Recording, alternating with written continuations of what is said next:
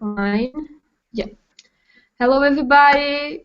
Good afternoon from Brazil. My name is Mayara Frost. I'm a medical student from Brazil, and I'm starting the 10th Rural Family Medicine Café. And this one will be about indigenous health and indigenous population.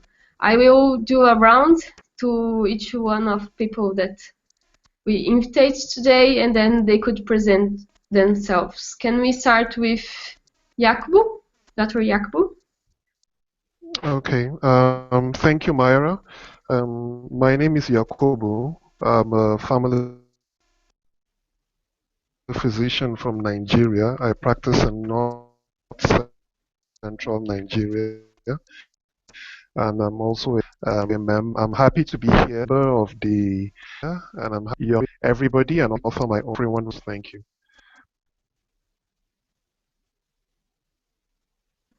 And Kim?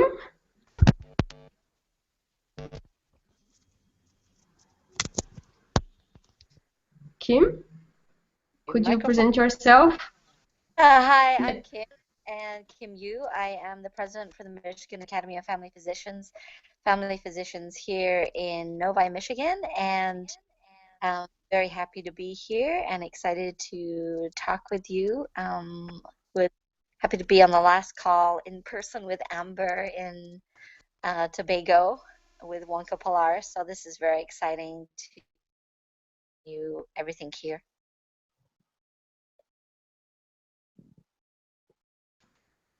Ewing? G'day. Yeah, my name's Ewan. I'm a rural GP obstetrician in central Queensland, Australia. I'm I guess, amongst other things, a medical educator and a GP. I've been in my town for 30 years almost. I'm also president of the Rural Doctors Association, and really looking forward to possibly welcoming as many of you as possible to Australia next year for the World Rural Health Conference for Wonka. So might see you all in face to face sometime.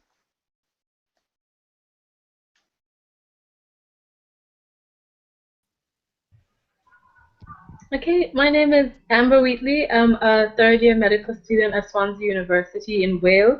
I'm originally from the British Virgin Islands and have an interest in rural medicine. I'm a member of the Rural and Remote Health in Medical Education track here at Swansea.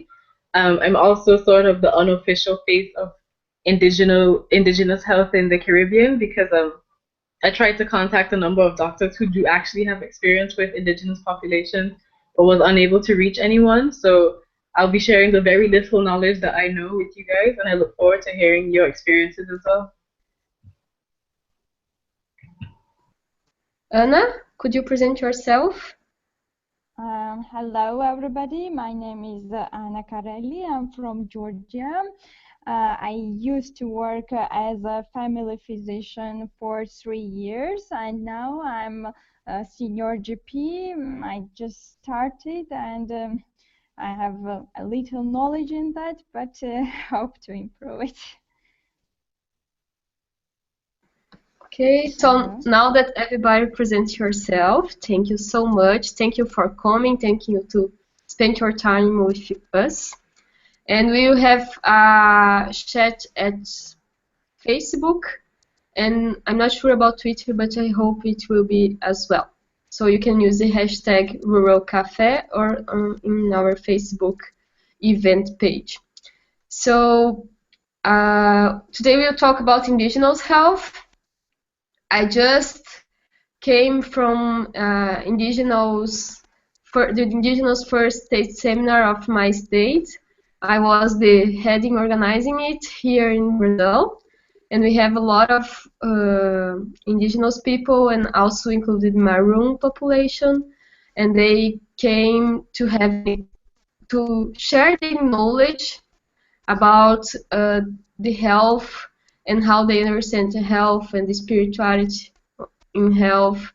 And I think if each one of us can bring a bit of how they see health and how is the health for them and what we can do for improving care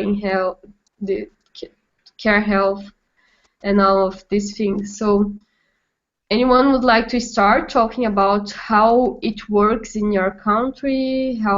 What is your experience on it? Anyone would like to start?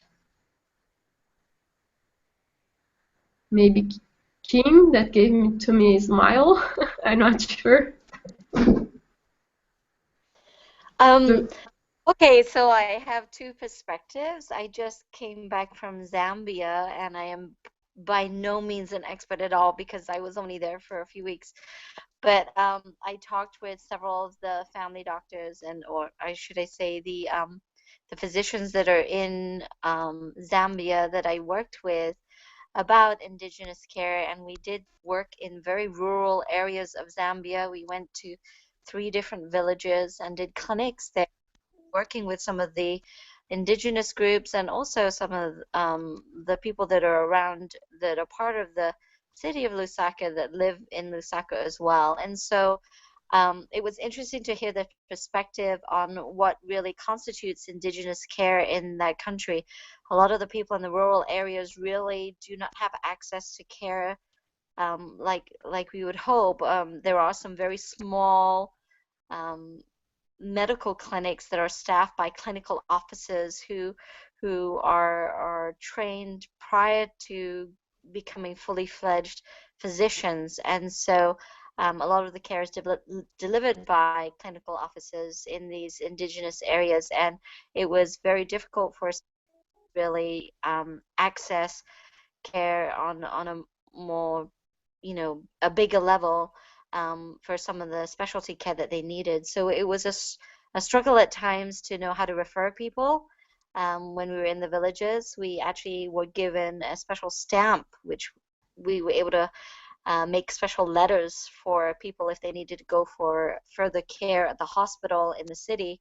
That special stamp and that letter was like a golden ticket that would help them go to the city to be able to get specialty, subspecialty care, for example, like breast cancer or other treatments that were above and beyond what we could deliver in the small clinics that we had.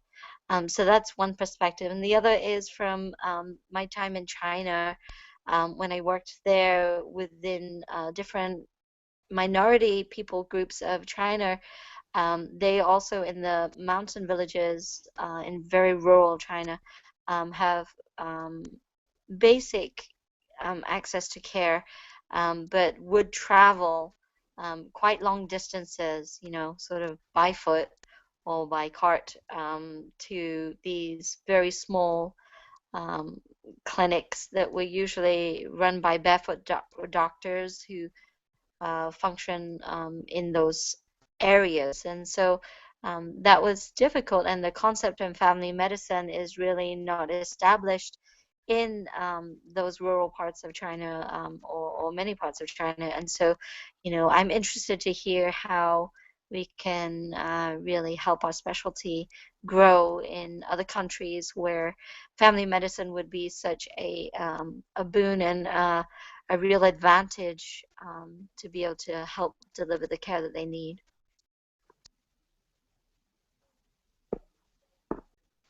Sure, anyone would like to bring?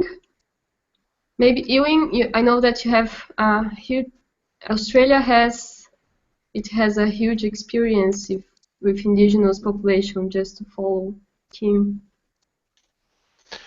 Thank you. I guess the first thing to say is I should recognise the traditional owners of the land on which I'm talking from, which is the Durrumbul people.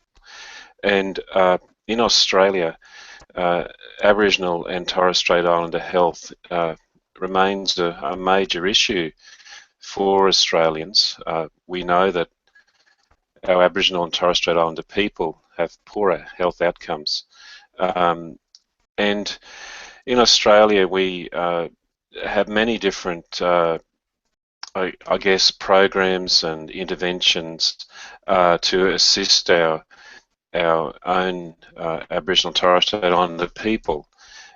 Australia has a somewhat difficult history with regards, I guess, the occupation of Australia by European settlers some 200 years ago. So we have a fairly recent history of intervention in Australia. I guess the good news about Aboriginal and Torres Strait Islander health in Australia is where communities are given the resources and the skills within their own community to deliver on good healthcare. We know that if we train Aboriginal and Torres Strait Islander doctors, and we're seeing more and more of our own doctors being trained, if we train Aboriginal health workers to deliver care in their communities, we see much better outcomes.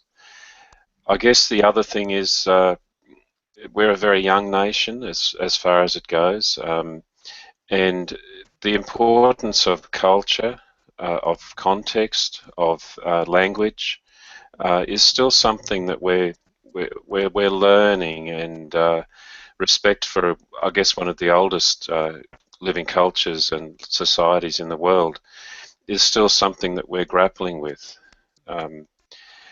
These sort of issues that Aboriginal and Torres Strait Islander people deal with a lot are still relating to social determinants of health. And what I'm talking about is diet, education, the care of young mothers, domestic violence.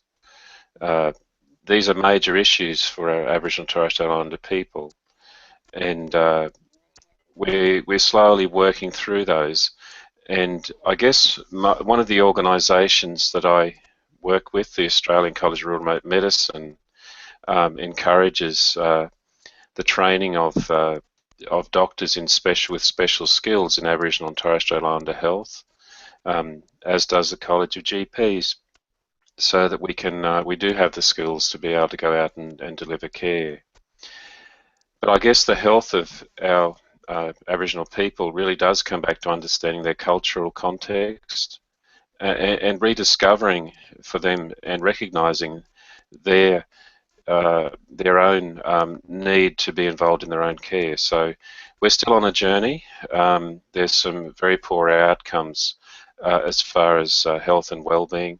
But I think that making inroads is very much about encouraging our people to be given the tools to improve their own health in their own community context. Okay. Anna, would you like to talk? Okay. Unfortunately, I had worked only in Georgia, nowhere else. So I will tell you a little bit about Georgia and the situation in here. Okay, in Georgia, all the citizens have insurance, so they all are insured and they don't have such problems to assess the doctors. Most half of it have like private insurance or who works and who are employed, but the rest who are not, they have state insurances. So it's not a big problem to go to doctor for us. But the thing is in Georgia that family medicine is very young specialty and less than 10 years old, and people don't realize what the specialty really is.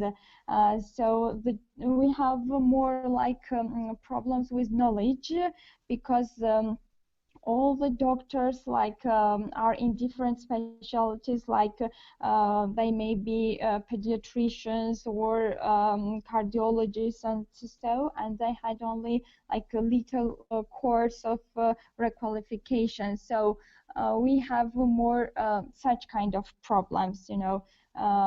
Improving ourselves, we need more. The rest, I don't know what else to say. Okay. Jacobo, would like to talk? Thank you. Yeah, thank you, Myra.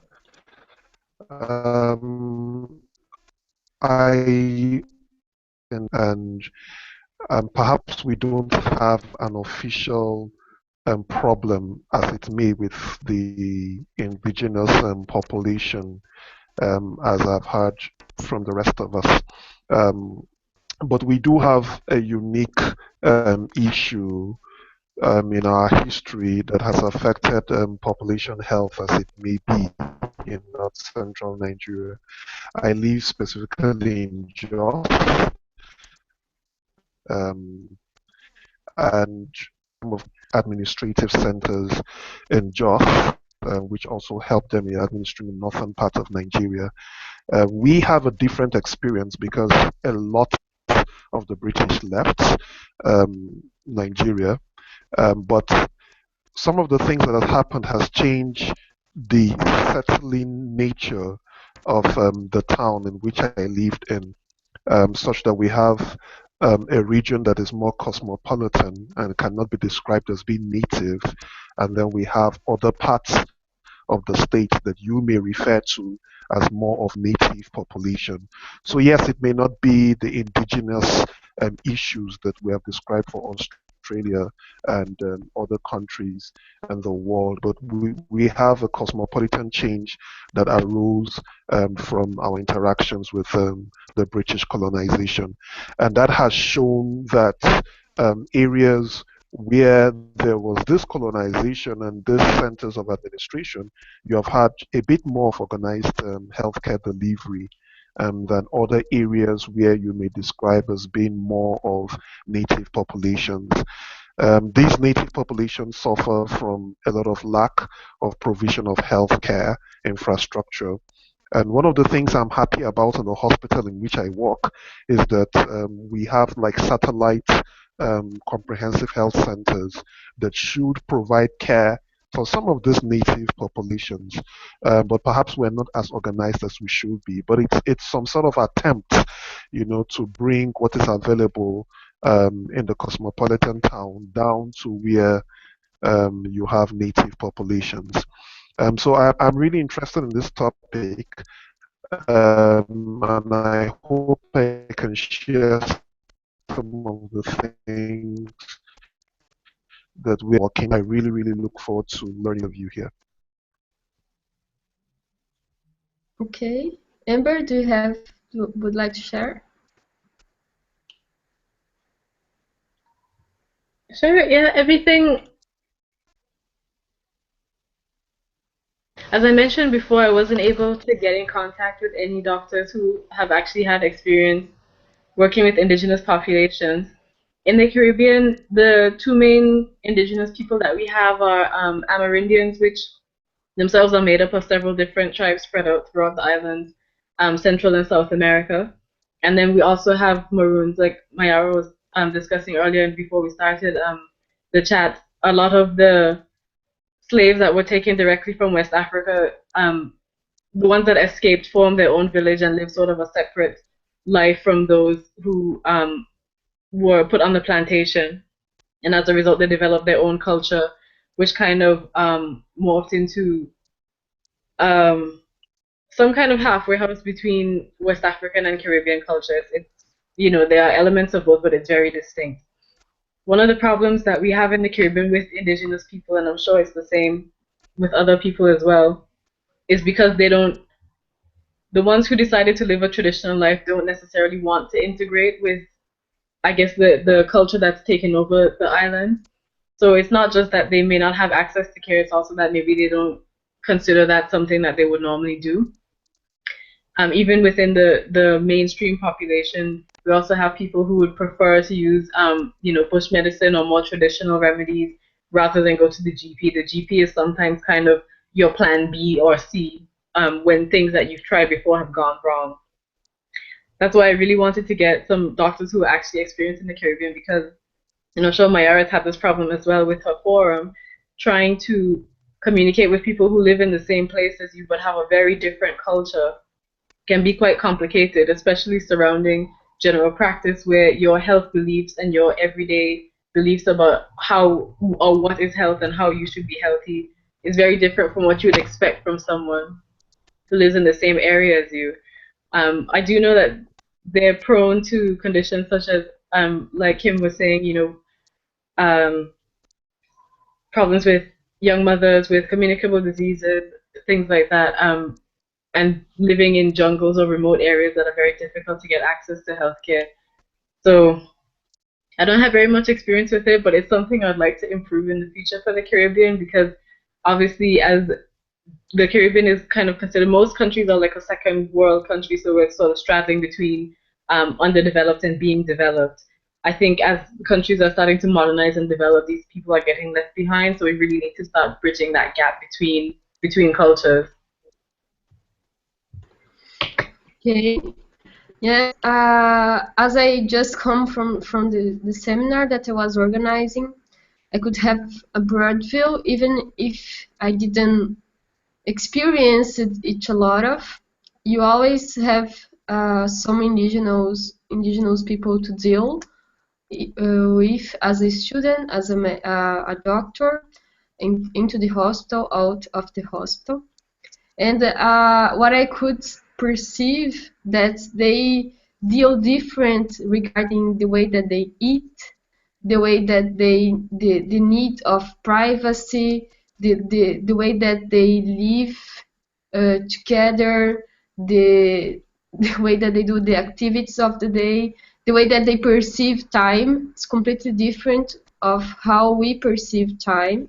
And I just have the experience with Hangouts, that was one tribe and one ethnicity, and with Guaranis, that is another ethnicity. But in Brazil, we have thousands of it, and each one have one particular way to talk, particular language, and all of this is very special to deal. And it's one of the things that struck me on the first day that we were talking about indigenous health, is that a woman were talking about, she was a Kaigan nurse, and she was talking about how they understand the fire into their houses and outside. And sometimes the doctor just enter in the house and do not have any experience in indigenous and say that it was terrible for the lungs and for the she was talking about her experience, and they say that was terrible for the lungs, and it will give pneumonia, or it's not good for the children with asthma and whatever, and start to talk a lot of things, but do not stop to understand how vital is the importance of the fire for the tribe. Like the everything is surrounds fire in their culture. So for the spirits to be good, they need fire. So for anything that they do, they need that fire. So if you just say turn fire down, I'm not sure if you use this expression, you are like saying that their spirits should turn down. So it's just something that struck me on the beginning of what she was talking about. So we have a special population to deal when we talk about indigenous health. And just that I was reading the WHO document, and I just read a bit for you. Like they said that indigenous people remain on the margins of society. They are poorer, less educated, die at younger age, are much more likely to commit suicide, and are generally in worse health than the rest of the population. So I just would like to know if anyone would like to comment on it or do any other comment. Is it okay if I comment? Oleg, who is unable to join us, has added a comment. He said, I'd just like to suggest that according to our experience with the Sami population in the northern part of Scandinavia, one of the possible ways to improve the quality of healthcare for indigenous people is mutual integration. There are several integrated medical centers where traditional healers or shamans work literally side by side with the School of Medicine practitioners. And he said he believes that a similar practice is used in Alaska. Okay, anyone would like to comment? Yes, it's Ewan here. I think that well, I wanted to make it one point about mental health for Aboriginal and Torres Strait Islander people. understanding the context of their community is so important. We've had some certain concerns about a high rate of youth suicide recently, and one of my colleagues who works in Nhulunbuy, which is a community in Northern Australia, certainly struggled with young women taking their own lives after a young lady had herself taken her life. And the understanding of the cultural life of the people, and I guess their own beliefs and how that influences themselves is so important to addressing these mental health problems. And there was a certain, I guess, degree of misunderstanding initially in trying to manage that terrible crisis of youth suicide. And it wasn't until there was an understanding, I guess, that this had to be dealt with in a very sensitive cultural way that they were able to sort of prevent and to change the way Western medicine approaches things in our native, in our First Nations people's communities. I guess the second point is obviously because most of us do train in Western medicine. I'd like to recognise Oleg's comments that some of our oldest people have just as much right to their medicine as we do to ours, and to recognise that bush medicine, we call it in Australia, is still a very important part of how people receive care in remote communities. So I think these are both really important points.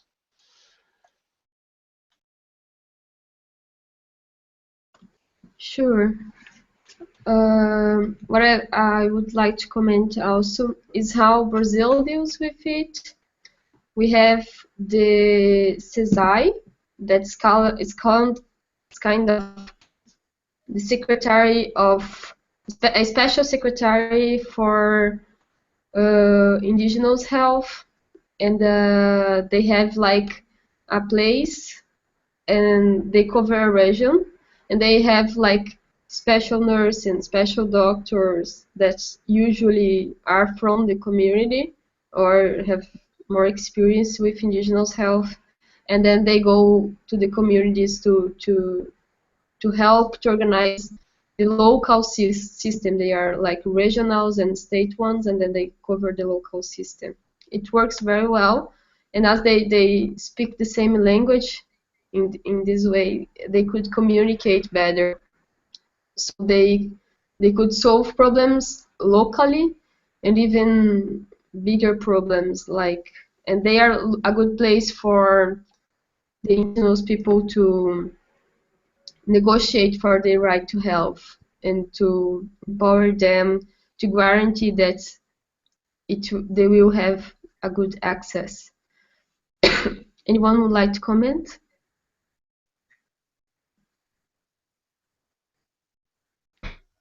Can I add something again from Oleg, who said that he agrees with the speaker who said they have a different time. He said here in the north, Sami people have a completely different understanding of reality and dreams. For them, dreams are a part of reality, and they can refer to dreams as to real events. So I can imagine if you're trying to take a history from someone from that population, if they believe that when they were dreaming last night, like they found out they had cancer, then you get a very different history from somebody who wakes up and recognizes that is a dream and this is reality. I'm not sure if everybody have this perception, but after you can talk, Kim, sorry. If everybody has the same perception, but people, indigenous population usually understand that spirituality comes first, and the disease comes after.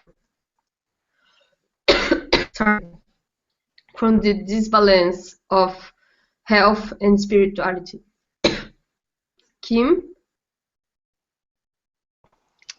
I think that in a lot of cultures, spirituality plays a big part in how one perceives one's health, and also one's belief system and value system is often shaped by that, and how one believes health should be delivered, healthcare should be delivered. I know that in the different communities that I've worked in, it's been really important to try and understand on a very tangible level, what is their understanding and their the belief system behind everything. For example, in a lot of Chinese cultures, traditional medicine, whether it be acupuncture or herbal medicine, is almost integral to just even daily life. I mean, there's certain things that you just don't do if you're sick, and there's certain things that you do, and certain things you eat, and all sorts of things that play into how someone who's Chinese really believes that they're going to get better. And so as a physician, it's often important for us to try and really figure those things out. And I applaud what's happening in Brazil. To have someone that really is dedicated to try and bridge that gap is really applaudable, and I really think that's a great idea. If more people were able to actually, in their own different situations, have someone, a point person that could understand and really relay some of that information to different communities, that would be helpful. I know that in certain communities we've also enlisted the help from others that may have more knowledge about traditional healing, and that's been helpful just to get the perspectives behind how we reach certain people. In a lot of Chinese cultures, you do not talk about death. You don't even talk about wills. You don't, all sorts of stuff like that. And so when someone gets really ill and you're talking hospice care, it almost becomes taboo, and it becomes very difficult to even talk to the patient, because the family around the patient is saying, no, we can't talk about it, we can't talk about this.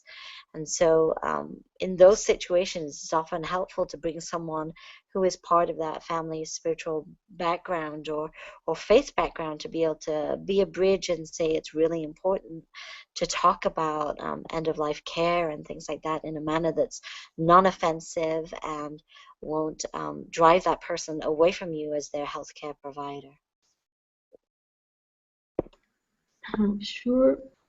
It has an article in Brazil, very interesting one, that I was reading another day. And then a group of well-intentioned doctors and nurses went into the Amazon, and they would like to work with people and have children that was dying. And the nurse said, no, I need to bring her to a big center, yeah, with a hospital and all the facilities. And then the elder, that we call it pajé, that is the people that heals into the community, into the indigenous community, he said, no, you not. And she negotiated for hours with him that she would like to bring the child with her to a big center and bring him together, and they are doing a lot of rituals and everything. And then she convinced, but he wasn't like convinced. He just let her bring the child into the boat to bring to the big city. And the child and he said a lot of times to her, the child has already died, and they are just doing the rituals, like to bury the child, and to not to bury, but like to prepare her spirit to go to the gods. And then the nurse said, no, she's still alive, she's still having pulse, and we will bring this small child with us to the big center. And she convinced, and in the middle of the trip, in the middle of the crossing the river, the child had gone. And then she did a strong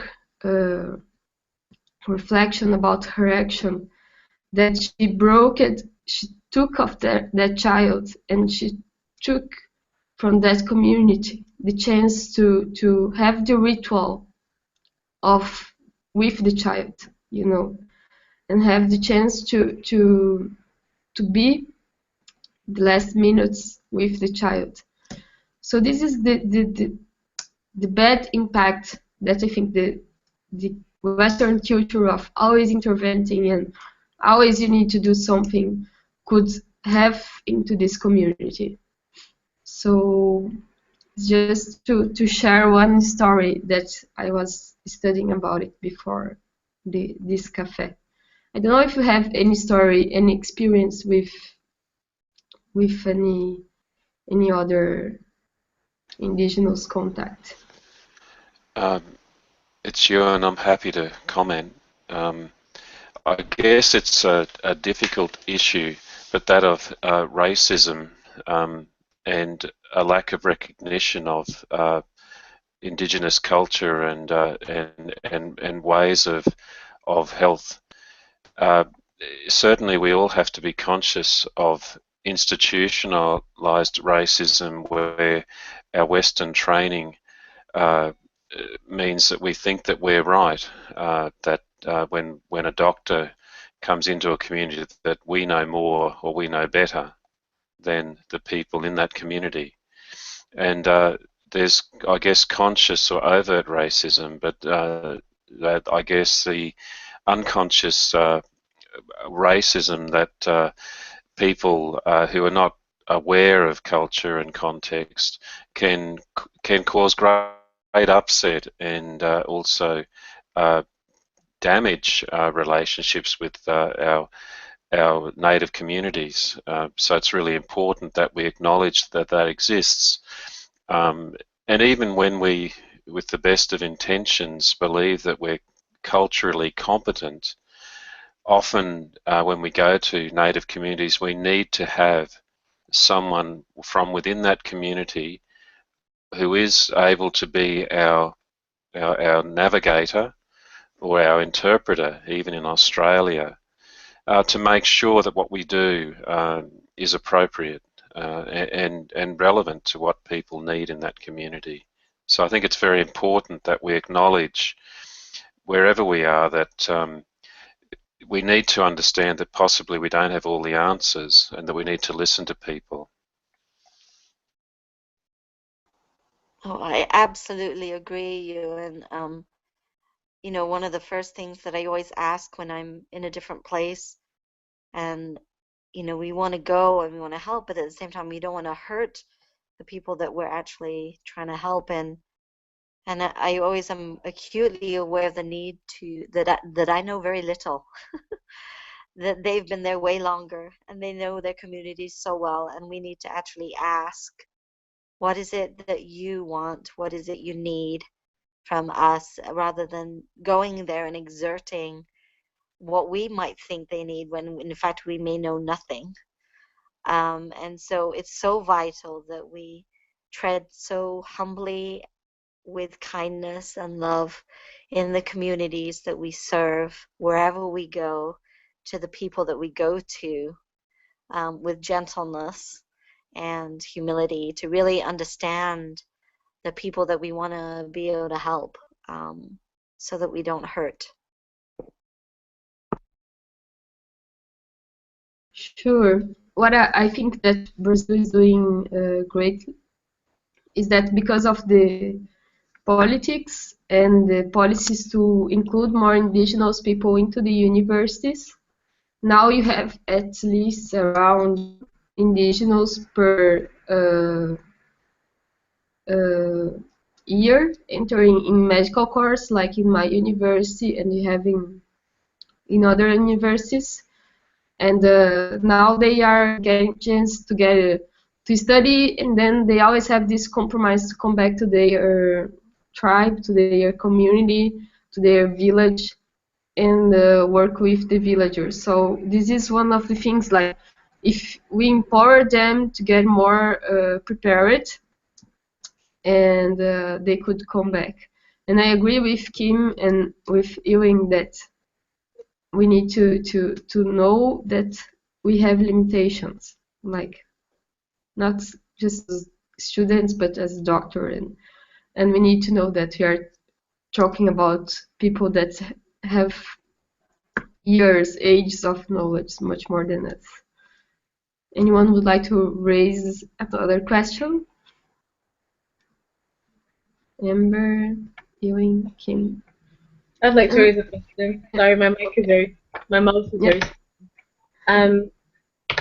One question I had is sort of about, I guess, the attitude, because yes, on one hand, the reason why a lot of Western or Orthodox trained doctors go into indigenous populations with this belief that their way is right and their way is wrong is because of the way we're taught. But I'm also wondering if it's sort of the mindset that you have of an explorer and the explored. Because, for example, in my country, there's one island where we have the world's third largest barrier reef, and there's a lot of conchs, which is like a, I guess, underwater snail, and it has a really like lovely shell. But the water is really shallow. So what would happen is the fishermen would come, get the conch, take the conch out, and then toss the shell away. So there are these mounds of shells that are left back, and it's kind of almost become a natural feature. But then an archaeologist or an anthropologist came from, I think it was America or Canada, saw these mounds and was like, oh, this is obviously some kind of ancient burial site. This particular area is very sacred, blah, blah, blah. And everyone was like, wait, hang on a second. Isn't it just that they just took the conch and then threw the shell? And of course, they buried it off and did research, whatever. And then, of course, they found out that it's just a pile of shells. But it's kind of that thing where, you're going to someplace new for you, and you have this attitude that everything you find has a meaning. And particularly with the indigenous people of the Caribbean, that's been a problem, because we've had one tribe that an explorer just decided were cannibals. And it has forever remained in history lessons that there was one tribe that was peaceful, but this other tribe was really bad, and they were the ones that caused all the problems. And then, of course, those people still exist, and they're like, we never ate anyone. We don't know what you're talking about. But, that dialogue took a very long time to happen, and a lot of advocacy to, change what was written in history textbooks. So I'm wondering if that mindset of having an explorer and the explored is probably why there's this disconnect between mainstream populations and indigenous people who choose to live traditionally. I was reading a text from Gronemeyer. It's an author, and it's called Helping. And she talks about the elegant help. That one, it is one you are helping, but actually you are in an elegant way exercising power. For this, you like taking the power of these people, and then you are helping. And it's not a real help. It's a fake help that makes you feel good, makes your Facebook feel good, make you take photos, and is entering the voluntarism and all that things that we should talk about when you're talking about, because we have an issue to protect it as well. So don't go for 10 days and think that you're doing a great thing. You need to help to stay and do a lot of, or work on, I don't know, it need to be horizontal and not vertical way. I think this is an important thing to discuss. And just to bring a simple thing that they did in Brazil here, and in the north, they did a hospital to bring the indigenous people with hammocks. So people can that's more like close to the culture, so they can stay into the hammocks. And this is a simple thing and low cost. Have a good bed, because you don't need to lay on beds, but at the hammocks. So just a good example. Do you have any good example of things that worked? Ewing, maybe? Yeah, thank you. I was thinking about my recent trip to Alice Springs, which is in the very centre of Australia and has a very large Aboriginal population. And a very strong culture. You might know in Australia the Uluru, which is a massive rock of both religious and cultural significance in Central Australia and somewhere to visit. I guess I went for a conference called Caring for Country Kids, and at that conference we heard a lot about very simple things that should or could be done for our native people, particularly those who choose to live in remote areas. And they are simple things around social determinants of health, like making sure that people have access to good food at a reasonable price, that people have access to a loving family, and to, I guess, reduce the access to alcohol and other drugs. But probably what hit me most was the fact that if you could look after young mothers and young women and empower young women to not accept domestic violence and abuse and bullying as part of their life, that if you then looked after young women during their antenatal periods by providing culturally appropriate midwifery, that the outcomes for those kids that were born in those communities were so much better through simple interventions in addressing health inequality, but also educational attainment, because we know that if children go to school and have a better education, that will help their health outcomes immeasurably as well.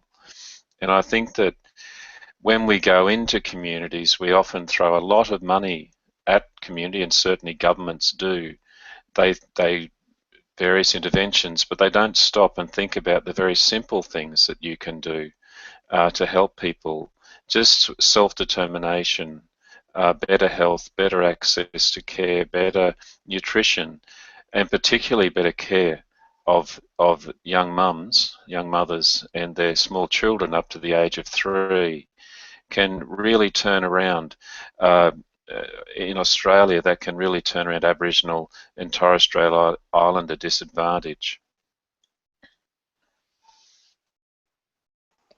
I think that what you bring up is very important, and I know that when I went on my trip, I was acutely aware and almost disturbed to a point of wondering, should I even go on this trip? Will people criticize and say that I'm being some type of weird voluntarist thing? And I really tried hard to ensure that what we did as a medical team, we did only with the people that we worked with in Zambia. It's a long continuity project, and I would encourage those that are considering doing trips overseas to ensure that they partner with their local physicians and nurses and the government if they can. We actually partnered with the Department of Health, the Ministry of Health in Zambia, and had to get medical licenses there, and also work with several of the physicians and nurses in. We wouldn't have been able to do it actually without their help, and this is something that has been done for many years.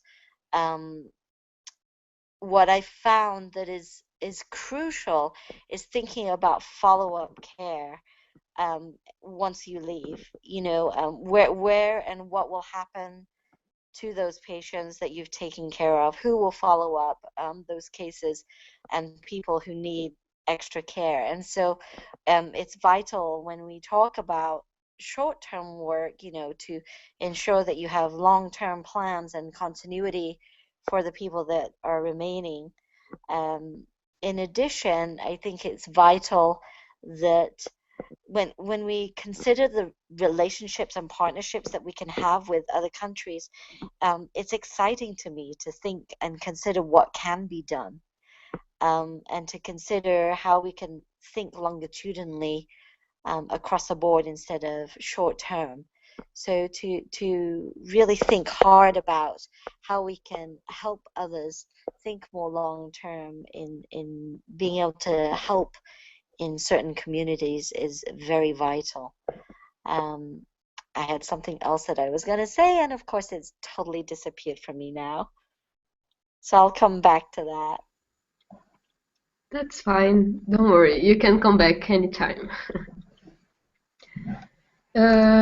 Just Catalina Corral brought a question.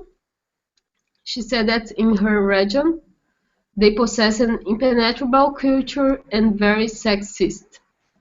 So, anyone would like to do a comment on it? I don't mind commenting. Yep. Although I'm not from an indigenous population, Caribbean culture can be quite sexist, and it is very hard to try and convince people who have already decided that you're wrong, that there's another point of view, not even to try and convince them that your view is right, but even to get them to entertain the conversation can be very difficult. I guess a method, or at least a starting point, would be to find someone within that culture who's willing to listen to you as well. Of course, you have to go and willing to listen to them, but I mean, there's no point you just sitting there listening to them and they're just not even interested in your story as well. I mean, the issue with dealing with indigenous people isn't just that they have a culture that's impenetrable, as Catalina says, but the fact that it's two cultures meeting, so you don't understand them and they don't understand you either. So I think one way to sort of penetrate the culture would be to find someone who is as interested in learning about other cultures as you are in learning about their culture. Obviously, and I think Kyle was probably the one that said this is where you need to have a sort of a diverse team of people and find someone who they can relate with first before you decide to introduce change, because sometimes that can be seen as confrontational, and once a conversation as sensitive as culture becomes confrontational, it's over. Like, you can't go anywhere from there.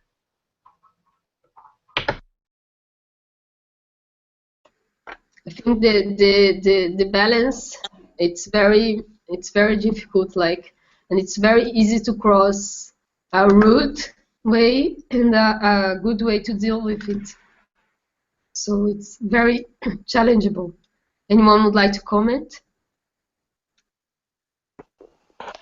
I think it's difficult in many different cultures, where especially in an Asian culture where women sometimes are perceived as being submissive and demure, and the man is always right, and that happens in many cultures, and can even happen in our own country right where we're at, where we are perceived as something we are not, and it is difficult sometimes to know how to respond.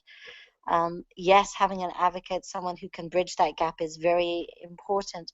One thing that I found very helpful was giving the chance for that person to have alternatives.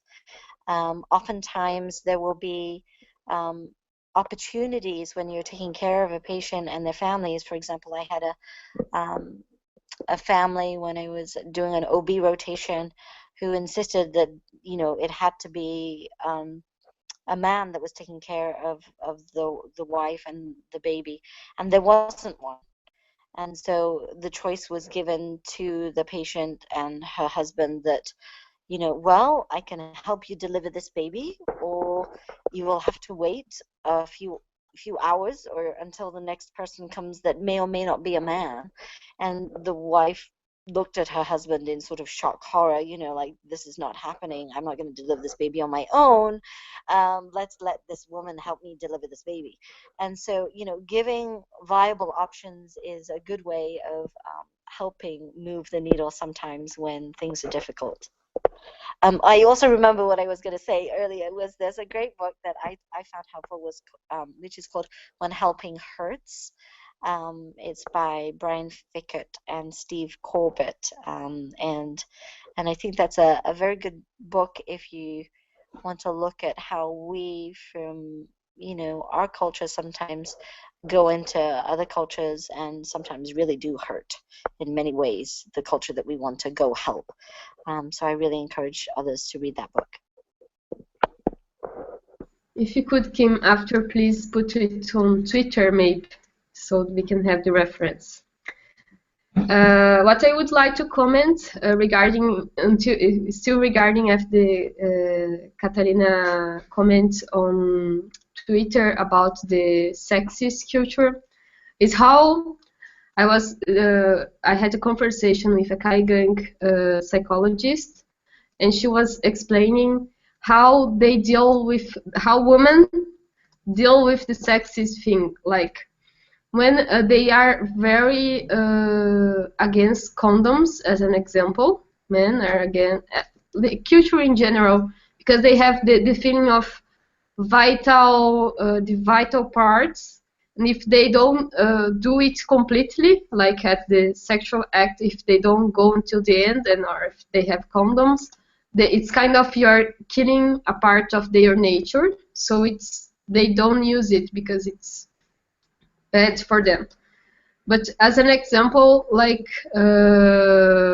when Kaingang woman, they have a baby, the man couldn't touch her until she's ready again for having intersexual course. So the woman stay months without take bath, so the man couldn't have sex with her. So they use it as a weapon. I don't know. They use it in her favor. So they stay long periods if she wants.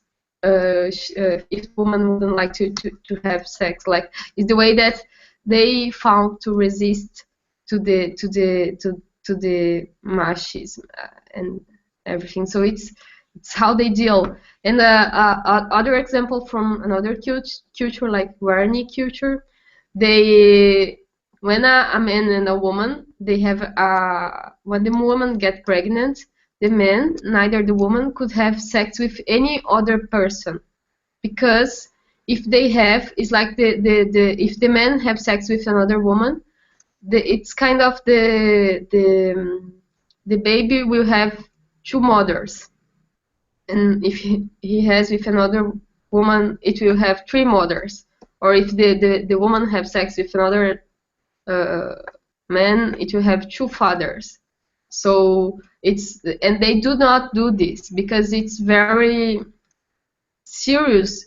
If they broke this for the child, a child couldn't have two fathers and two mothers or whatever. So it's just some particularity of how they deal with it and how different it's from us, and it's really interesting. So just to comment on it. It's Ewan, if I could comment. I think there's some important issues to be raised. The first, I guess, is to identify the importance of supporting young women and giving them the skills to be able to not accept a male-dominated or a male-focused approach. With domestic violence against families being a major concern, you really have to give your young women in Native communities sometimes the right to speak back and to talk back, and I know this can be controversial. The second issue, I guess, to talk about is that of in Australia, and I'm sure a lot of other countries, we have mass migration of people through war, through poverty, through requests for political asylum, and those people bring with them some significant cultural challenges to your own society. And I guess one I'd like to talk about is female genital mutilation. In some societies, some African societies, where the men will be very directly interfering with the woman's childbirth and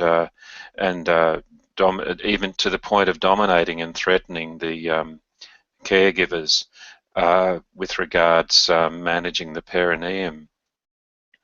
And at some point, it's hard to draw the line between respecting culture and saying that some things are simply wrong, and educating people in your community, in your culture, that maybe what they did traditionally is just not appropriate for the woman. So I think there's be some challenges between the dissonance between trying to respect culture and recognizing there are simply some things that should not exist anymore in our world, including genital mutilation and interference with the genital tract of women before and after childbirth. So that's a challenge for us with some of our communities that have moved from other countries as a result of war and poverty and political asylum. And I think this is going to be a major issue, I guess, in Europe and other parts of the world. Just an example of how they broke the barrier here. It's a simple example and absolutely didn't broke all the barriers, but the doctor from the CESAI did in one of the communities clay. It's clay, a good word. Clay models with they did clay models of how it works, the reproductive part of the woman and of the man. They did it with women and with men, so they could, like, this came to discuss and value the role of each one into their communities. It was very interesting, like, and then she explained the anatomy and they discussed how it works into the communities. It was very interesting, her report talking about this experience. So it is a way to using their own culture, like with clay models. She could bring the idea of empowering women and the role into their own society. So it was one of the ways that she found out to address it. Maybe Kim would like to talk, or Amber. Yeah, I think it's been quite interesting thinking about, how do we talk about certain subjects.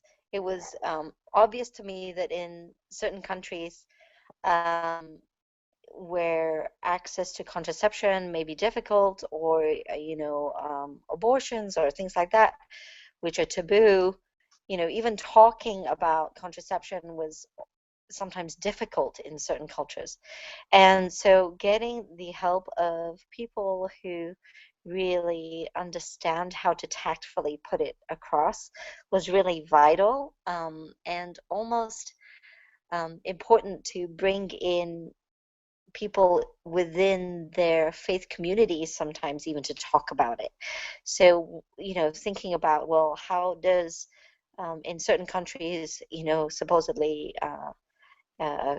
Christian or Catholic or whatever nations, are their faith leaders able to talk about contraception in a manner that would not alienate people and would help the healthcare physicians be able to deliver the care that a lot of these women need.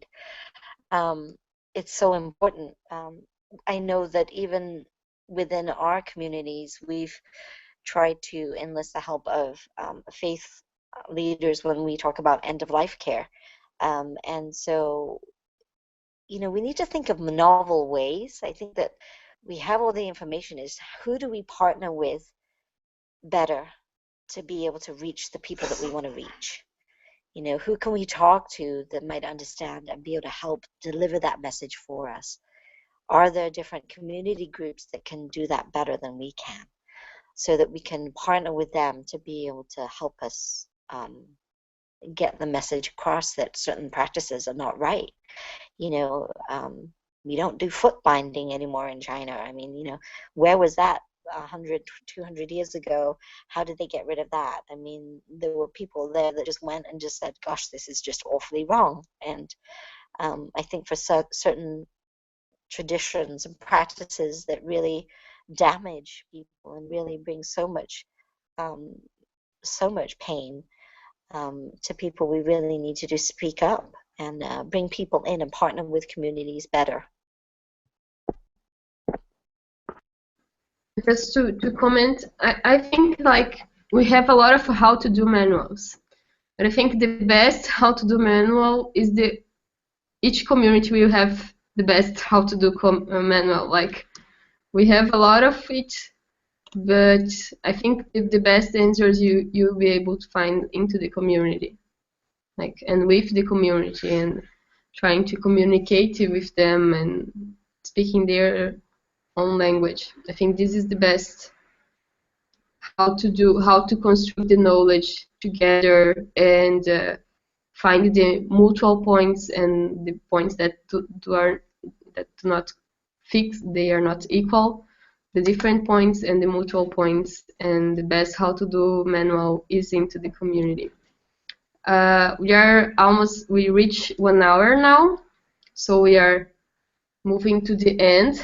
We can still talking a bit, but Catalina just asked one more question that I will share with you, and then I don't know if Amber has any other from Facebook. She can talk straight after me, and then we can try to discuss it and close. Is that okay? Okay.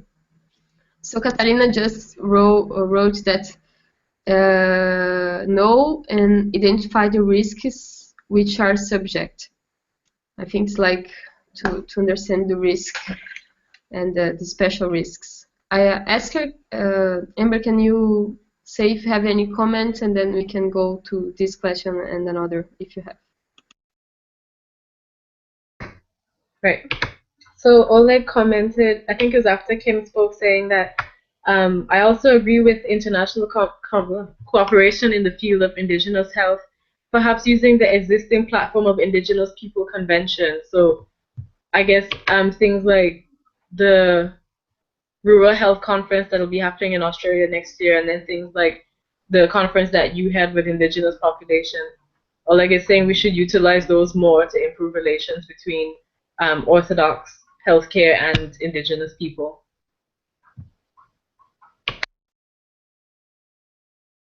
Anyone would like to comment?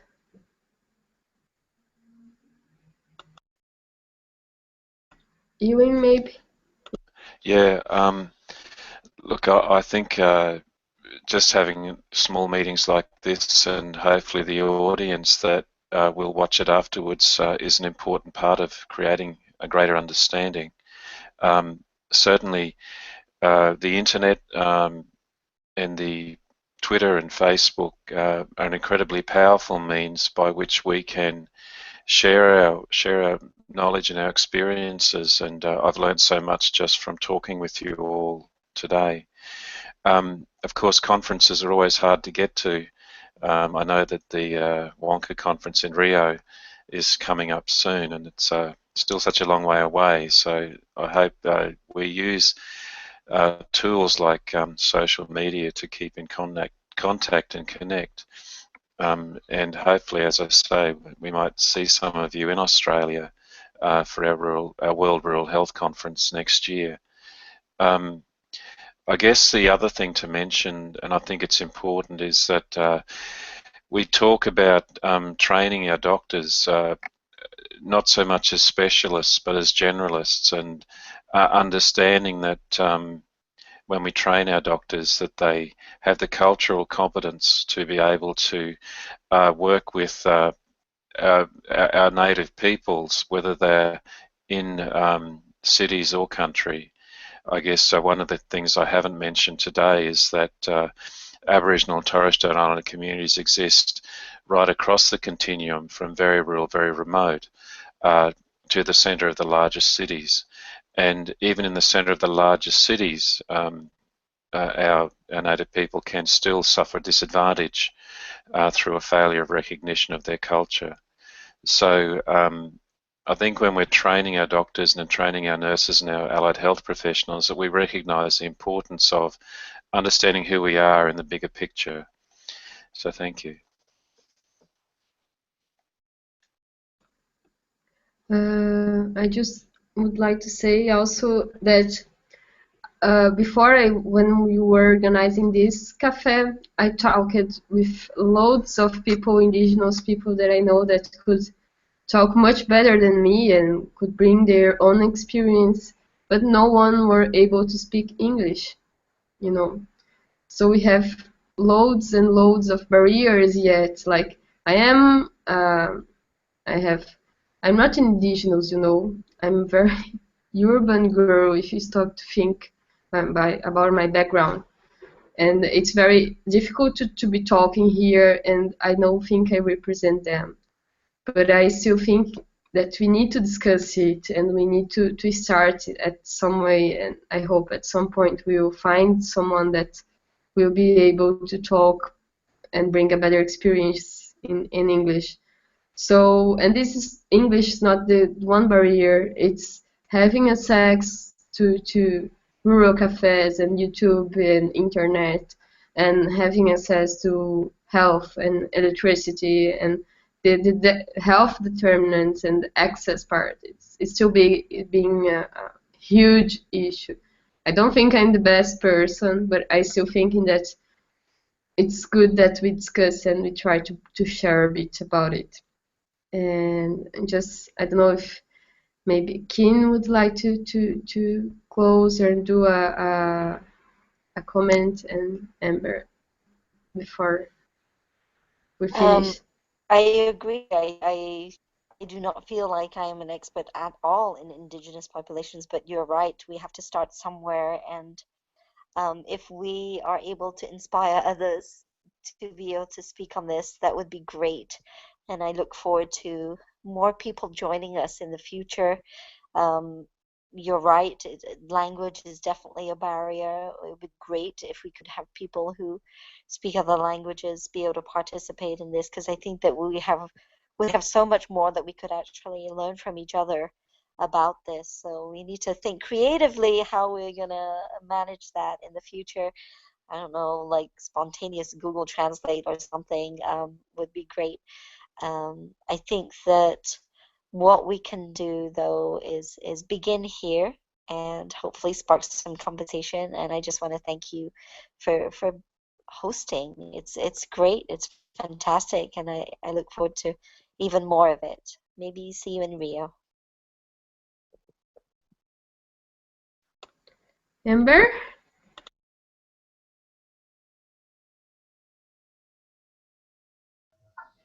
Sorry, my mouse is like rebelling against me. Yeah, I'll just like to echo the same sentiments everyone else has said. I also do not feel, well, I know for a fact I'm not an expert about indigenous populations, only having met about 3 people who are from indigenous tribes in the Caribbean in my entire life. But I'm hoping that from this experience, I can show the doctors that I tried to get in contact with that, people are interested. There is a wealth of knowledge that you have that you need to share with people who want to know more. And I'm going to continue to pester them over my summer holiday and hope that it starts something. But as Kim said, we need to start from somewhere. And I think this was a really good start. I really enjoyed this discussion. It's very interesting. Okay, so thank you for everybody that were watching. I hope we can keep discussing it on Facebook and Twitter and keep it on our hearts and minds. And I hope we can meet again. The next cafe will be in August 7th, and it will be on a Sunday because we'll have a special guest, Amanda, who will participate, and it will be about rural health and arts. So we think it will be a great one, and I hope you can watch it. So, bye!